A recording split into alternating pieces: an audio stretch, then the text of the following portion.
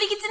Coucou les kitsune, bienvenue pour notre vidéo Update du Pumpkin Autumn Challenge, initié par le terrier de Guimauze. Oui, donc coucou à elle si jamais elle nous regarde dans sa grande générosité. Exactement. Donc nous allons faire le point sur les livres que nous avons lus pendant ce challenge. Allons-y, parce que nous avons réussi notre challenge. Exactement. Alors, le menu A, c'est Hurlant dans les bois, donc il fallait prendre un livre qui nous cause des frissons, et j'ai choisi Skeleton Creek, du fameux Patrick que maintenant tout le monde connaît, Patrick, hein. aux éditions Bayard. Alors, je vous ai raconté un peu des bêtises lors de la vidéo du challenge. Je vous ai raconté que c'était sur une île et que c'était Sarah et qu'on avait le point de vue. Donc, absolument pas. Donc, Skeleton Creek est en fait une ville qui paraît à la base paisible, mais en fait qui a un passé beaucoup moins reluisant. En effet, il y a des employés qui travaillaient il y a 30 ans dans une fabrique d'or, une mine d'or, une dague, enfin, je ne sais pas trop comment le qualifier. Et en fait, plusieurs sont morts dans d'étranges circonstances. Et apparemment, certains rôderaient encore en tant que fantômes dans les bois à cet endroit. Alors, nous voyons en fait le point de vue de Ryan et pas de Sarah, donc c'est un garçon. C'est vrai qu'il y a une petite différence, hein, mais... Une petite différence. Donc ce qui est chouette en fait, c'est le concept. Vous pouvez aller voir les vidéos sur le site. Et finalement, c'est les vidéos qui m'ont causé plus de frissons que l'histoire. C'est pour. Bon, je ferais que l'histoire me cause de frissons quand même. Quand même. Ouais, mais finalement, il n'y a que les vidéos. Là, j'ai eu peur pour de vrai. Mais finalement, ici, c'était un tome assez introductif. On posait les décors et les événements, mais on n'est pas encore dans la résolution du mystère, donc voilà. Et finalement, ce n'est pas Ryan qui part à l'enquête, mais Sarah qui va sur le terrain pendant que lui, il reste tranquillement chez lui et qui reçoit les vidéos et les mails de Sarah qui est en train de flipper dans les bois avec les fantômes. Ah, oh bah ça c'est de la galanterie. Exactement. Donc voilà, j'ai bien aimé, même si ce n'était pas spécialement angoissant, c'était un bouquin qui était plutôt chouette.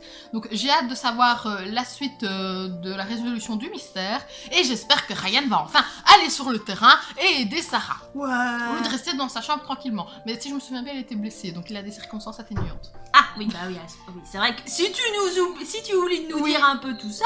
Qu'il était blessé d'ailleurs en y allant, et qu'il était blessé par le fantôme. Mais bon. Oui, ah ouais, tranquille. En fait, tu viens de t'en rappeler, à vous. Je viens de m'en rappeler, donc il a des circonstances atténuantes, mais j'espère qu'il va quand même aller sur le terrain. Oui. Voilà. Pour la deuxième catégorie, la crypte des morts vivants. Donc il fallait prendre un bouquin où il y avait des morts vivants, des monstres, ceci, cela. Et j'avais choisi Lucie et le royaume des morts de Aurélien Levray aux éditions Les Mots en Flot.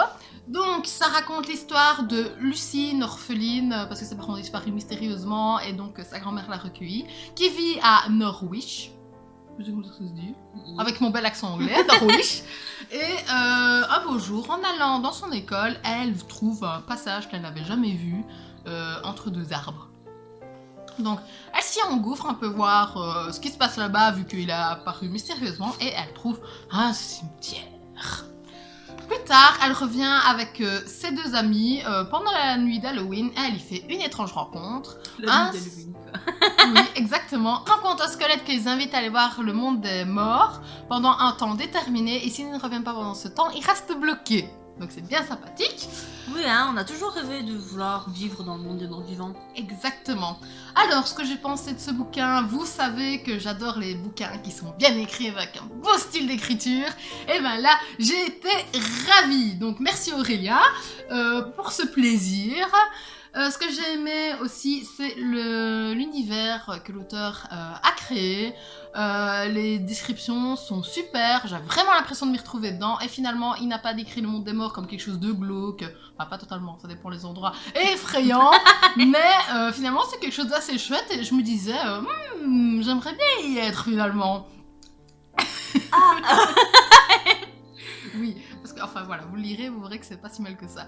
Alors, ce que j'ai beaucoup aimé aussi, c'est l'amitié qu'il y a entre Lucie et ses deux amis. Finalement, ils vivent les épreuves ensemble, en se complétant, et c'est comme ça qu'ils arrivent à faire face aux obstacles qui les heurtent. Ce qui est intéressant aussi, c'est de voir la quête de Lucie, voilà, qui essaie d'écrire son histoire et de s'accomplir malgré la part manquante que lui ont laissé l'absence de ses parents.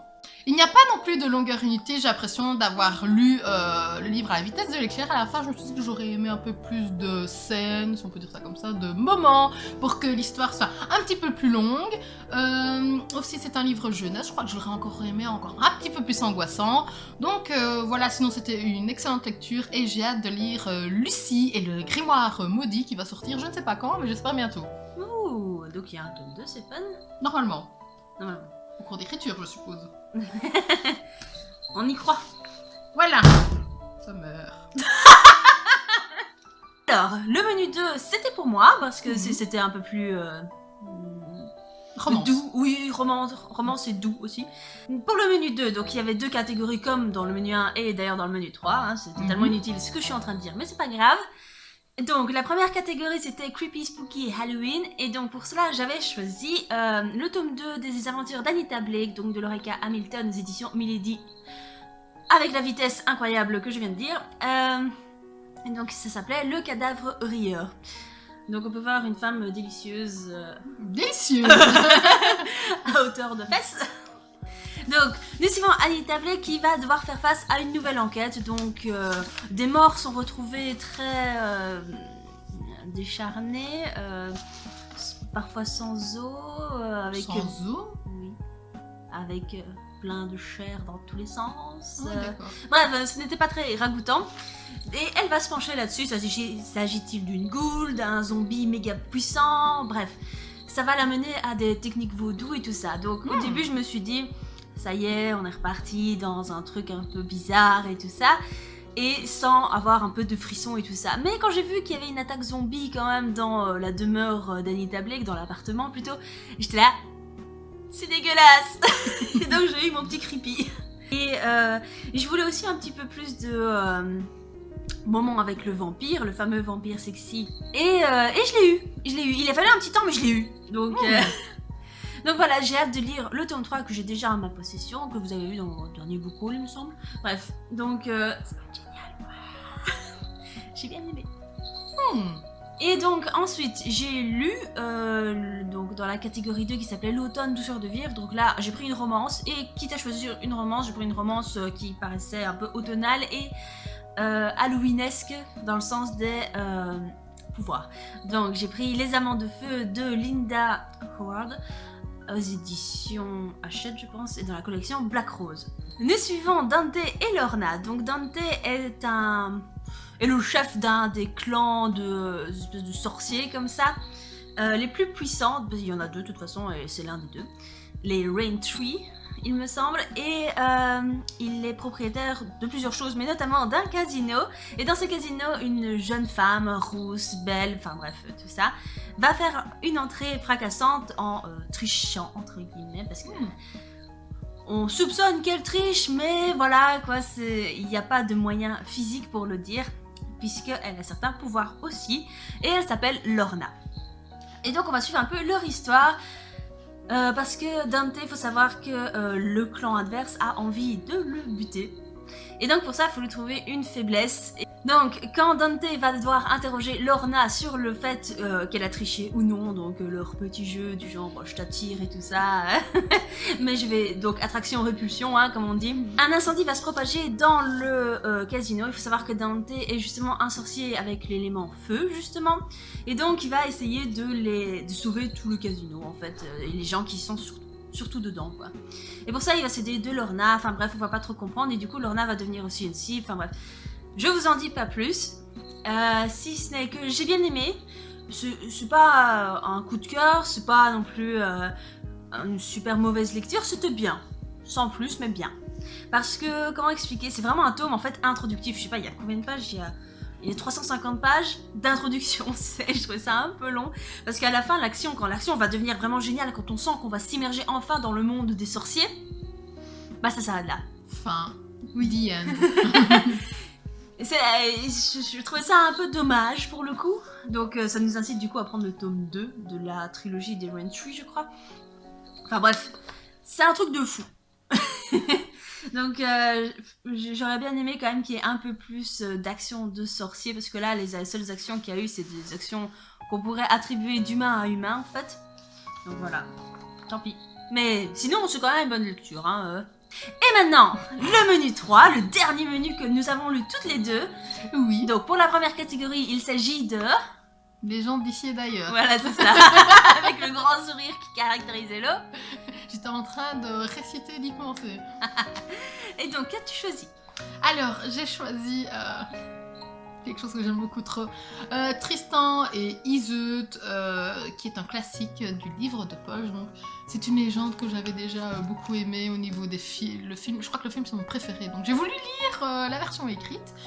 Donc, c'est l'histoire d'amant interdit, de Tristan qui doit ramener Iseut à son oncle pour que son oncle puisse épouser Iseut, mais ils vont voir un filtre d'amour, Iseut et Tristan, et ils vont tomber amoureux. Trop mignon. Exactement. Alors, c'est une histoire absolument magnifique de deux amoureux qui essaient, voilà, de s'aimer malgré les obstacles qui se dressent sur leur passage. Alors, on s'aime avec eux, on ressent leurs émotions, et c'est chouette de voir Tristan qui ne pèse jamais les bras, qui n'est pas à court d'imagination pour passer quelques moments avec sa tendre Iseut. On adopte leur passion et on partage leur peine pour cet amour pour lequel ils sont prêts à mourir et qui n'a aucune limite, qui s'étend au-delà de la mort. Donc voilà, je recommande ce livre pour ceux qui veulent vivre le vrai amour pendant un instant. Pour ma part, j'ai pas vraiment regardé un truc aussi... Waouh. J'ai lu Les Dames du Lac de Marion Zimmer Bradley, donc juste le tome 1, donc, qui s'appelle justement Les Dames du Lac. Donc, pour vous rappeler un peu, c'est les légendes du coup arthuriennes. Donc, nous suivons ici Morgane. Comme la plupart d'entre ceux qui connaissent les légendes arthuriennes le savent, Morgane est la demi-sœur d'Arthur, du roi Arthur. Et donc, nous suivons un peu leur évolution, donc depuis que Morgane est toute petite jusqu'à, on s'est arrêté, je dirais la trentaine. Je suis pas trop certaine pour le coup. Vient un moment dans le truc où on ne sait pas trop si quelles années sont passées. Hein. Donc qu'est-ce que j'en ai pensé? Alors ça a été vraiment une lecture difficile. Pourtant je pensais vraiment aimer, mais je m'attendais pas à cet univers si tragique entre guillemets. Donc on commence avec aussi le point de vue de la maman de Morgane, donc qui s'appelle Ierne. Et franchement, je vous jure que là j'ai failli la tuer 3 fois. Quoi. Ah ouais. Ah, elle était d'une... Ah, c'était... bref, je vais pas vous en dire beaucoup plus, mais elle fait des choix et elle est assez lunatique comme fille, enfin bref... Et tu n'adhères pas à ses choix. Ah, pas vraiment, non. Enfin bref. Sinon, Morgane, j'ai trouvé super, enfin... c'était vraiment une des seules personnes féminines que j'ai vraiment beaucoup aimé, parce que je trouve qu'elle a de la logique dans ses idées, enfin même quand il s'agit de son premier amour, elle revient toujours, on dit toujours que quand on revoit son premier amour, il y a toujours un petit truc, et bah c'est toujours le cas ici, à chaque fois elle le voit et tout, c'est comme ça. Enfin. Nous suivons à partir d'un moment évidemment l'incontournable Guenièvre, qui est telle que je me l'imaginais, naïve, ennuyante, chiante. Ah ouais. Ouais. Moi je l'imaginais pas si chiante que ça. Je sais pas, moi si. Avec son amour débile avec Lancelot. Avec Lancelot, on dit que c'est un amour génial, pur et tout ce que tu veux. Enfin, moi, de ce que j'ai vu, Lancelot, c'était surtout la vue d'une petite minette. Hein, qu'il s'est dit, waouh, elle est super jolie, elle est un peu plus jeune, on va y aller. C'est juste qu'il est fait rester focus apparemment sur elle. Mais bon, elle est devenue reine entre-temps, donc voilà.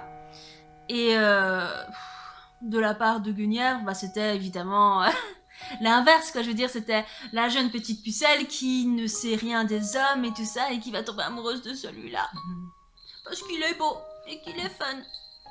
Bref, j'aime pas leur amour, donc voilà. J'aimais bien Arthur, il est fun, voilà, mais c'est tout. Tu as été déçue qu'elle ne soit pas avec Arthur. Ouais, et puis c'était fort long quand même, il se passe des trucs vraiment chelous là-dedans. et à la fin, ça finit quand même sur une orgie, quoi. Donc, J'allais le dire, je pensais pas que ça allait être le cas. Ah, je suis étonnée là. oui, non, j'ai été un peu surprise, je m'attendais pas à ça, donc... Et ça finit littéralement sur ça. Arthur, Lancelot et Guenièvre. Ouais, Non. bah si. Parce qu'Arthur, il est gentil à ce point-là, quoi. Ah ouais. Ouais. Ah ça, je m'y attendais pas. Bah moi non plus, pour tout dire. Ah ouais, ça casse le romantisme là. Oui, donc voilà. Voilà. Elle n'a pas de mots, c'est... voilà. Donc on va s'arrêter là. Hein. Je lirai sûrement le tome 2 pour voir un peu ce qui se passe. Donc c'est les brumes d'Avalon, il me semble. Mais Voir si l'orgie s'est bien passé au final ou pas. bah on sait que non, quoi. Ah. Arthur, il meurt au combat. Pendant l'orgie. Non, ça, Ah. ça, on sait que ça s'est bien passé l'orgie, t'en fais pas, hein. D'accord. Non, mais sinon, ouais, non, ça... Enfin, Livre suivant. Bon, passons à la deuxième catégorie. Du menu 3, il fallait lire un livre de nature writing ou bien magique, féerique, enfin quelque chose comme ça. Donc, Alva m'a prêté Fable Haven de Brandon Mull aux éditions Nathan. Donc, ça raconte l'histoire de Kendra et de Seth qui sont contraints d'aller passer leurs vacances chez leur grand-père, voilà, qui est entouré d'une énorme réserve et d'énormes bois. Et bon, en arrivant, ils vont découvrir que ces bois sont peuplés de fées et de toute autre créature. Donc, ils ne sont pas autorisés à pénétrer dans le bois en lui-même, mais vous vous en doutez, ils vont y aller. comme d'hab, quoi. Voilà. Et ils vont se rendre compte que toutes les créatures ne sont pas très sympathiques. Donc au début, je pensais vraiment que je n'avais pas trop aimé, que ça allait être super jeunesse pour les enfants. Enfin voilà, je lisais un peu... Pour te forcer à faire le challenge. Voilà, sans être trop emballée, mais en fait, j'ai été super surprise parce que j'ai beaucoup aimé. Donc on découvre Fable Haven grâce aux yeux de Seth et de Kendra, donc d'enfants. Donc on voit leur curiosité, leur émerveillement. Donc je pense que ça n'aurait pas été pareil si on l'avait vu avec des yeux d'adultes et d'adolescents. Donc l'auteur pose bien le décor avec les règles, le monde, etc. Donc il y a tout qui est mis en place pour qu'on se plonge facilement dedans. Donc voilà, les deux personnages sont super différents. On a Seth qui est impertinent, intrépide, têtu. Si on lui dit de pas faire quelque chose, vous imaginez bien, il va le faire.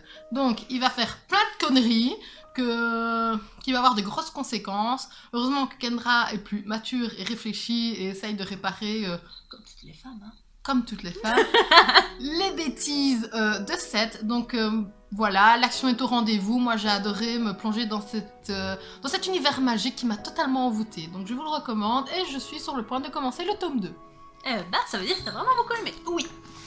Alors, moi j'ai lu Les larmes des fées, donc le tome 1, Le chant des Lof, de Isalie Narcisse, donc aux éditions du Chemin. Donc on peut voir déjà la couverture, je trouve qu'elle est hypnotique et sympa. Oui.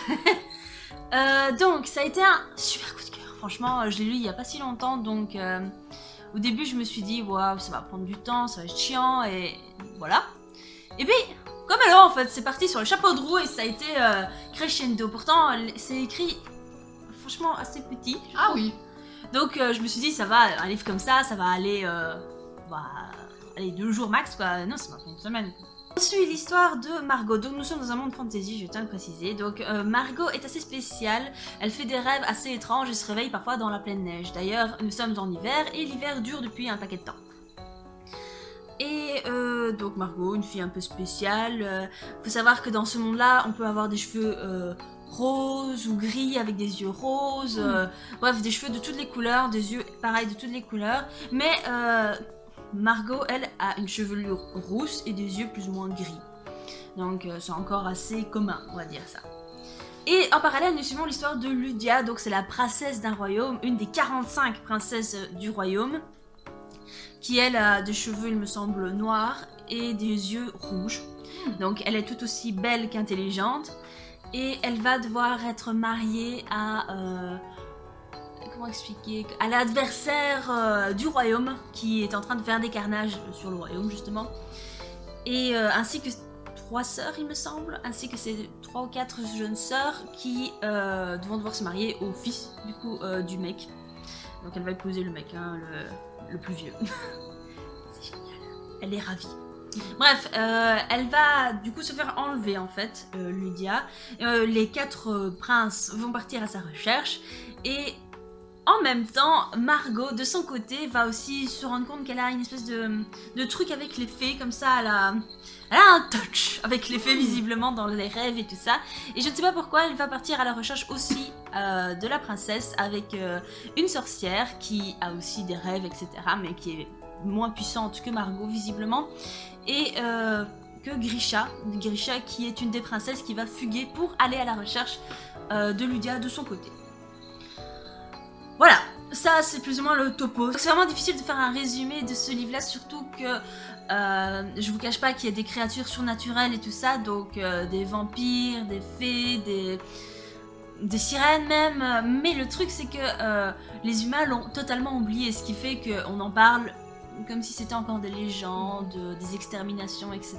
Donc voilà. Donc sinon, j'ai vraiment beaucoup aimé, il a fallu le temps de me mettre dans le truc, mais franchement à partir d'un certain moment, on est vraiment parti dedans et les histoires se rejoignent, il y a de l'action sans toutefois avoir trop d'action et il n'y a pas beaucoup de longueur justement. On décrit tout ce qu'il faut parce que c'est comme c'est un monde fantasy, encore une fois il faut décrire, mais c'est pas trop, donc voilà, j'ai envie de savoir le tome, j'ai envie de voir le tome 2, j'espère qu'il sortira parce que là il n'est pas encore sorti et il n'y a pas de... Donc je suis prête à envoyer un mail à la maison d'édition pour voir s'il va y avoir un tome 2 parce que comme c'est fini, je vais mourir. Mais sinon je le recommande, franchement je suis sans voix. Mais pas pour la même raison que les Dames du Lac, hein, je vous le rassure. C'était génial, je vous le recommande. Les larmes des fées, n'oubliez pas. Parfait. Oui. Et voilà, donc ce qui conclut le Pumpkin Autumn Challenge. Oui. Et nous enchaînerons du coup avec le Cold Winter Challenge qui sort, la vidéo de la balle qui sortira normalement bientôt. Oui, parce que nous avons pris beaucoup de plaisir à faire ce challenge, donc nous avons envie d'en faire un autre. Oui. Et de si possible vous démontrer de nouvelles découvertes et de nouvelles lectures qu'on ne voit pas partout. Voilà, donc merci d'avoir regardé cette vidéo, on espère que vous avez aimé et que vous mettrez un pouce en l'air. Oui, et si vous avez participé à ce challenge, n'hésitez pas à nous dire ce que vous avez lu et si vous avez aimé. Voilà. Allez, bisous. Bisous Alba.